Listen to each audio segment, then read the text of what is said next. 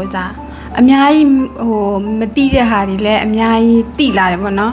အရင်တော့ဆိုရင်ဟိုဖျားချောင်းသွားတယ်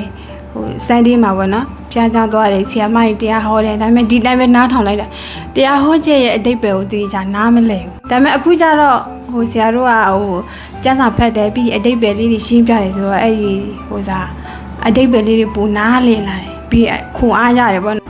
ဒီဖျားချောင်းလာတာနဲ့ပြောတယ်တငယ်ချင်းနေပေါ့မင်းကကြတော့ဒီဟိုစားပေါ့နော်ကျတော့အိမ်မှာမလာခင်လေ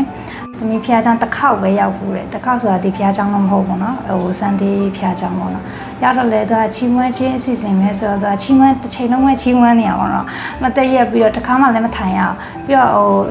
ရလိုက်တာဒီလိုမျိုးပဲလေဘလို့လဲအပေါ်ရံပဲပေါ့နော်ဘာမှဟိုစားအနုတာတော့မရှိဘူးလေနော်စိတ်ကိုနည်းနည်းပျော်စီလောက်တဲ့အရသာပဲအဲ့လိုခံစားရတယ်ပေါ့နော်